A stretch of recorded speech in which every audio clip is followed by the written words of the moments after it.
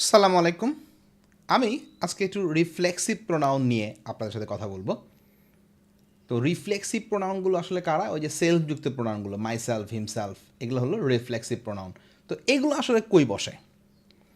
তো এগুলো বসে হলো যখন একটা ভার্বের সাবজেক্ট এবং অবজেক্ট একই ব্যক্তি বা বস্তুকে প্রকাশ করে আর কি। মানে সাবজেক্ট যে ব্যক্তি, অবজেক্টও একই ব্যক্তি, বা সাবজেক্ট যে বস্তু, অবজেক্টও ওই একই বস্তু, তখন আমরা অবজেক্ট পজিশনে কি করব?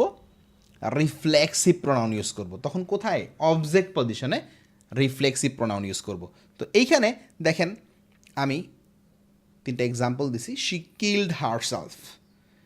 এখানে সে নিজেই নিজেকে মেরে ফেলছে। সে মারছে কাকে? নিজেকে। She killed herself. The machine works itself.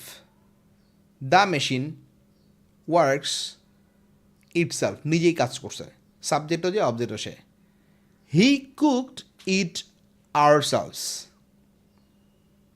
Sorry, we cooked it ourselves.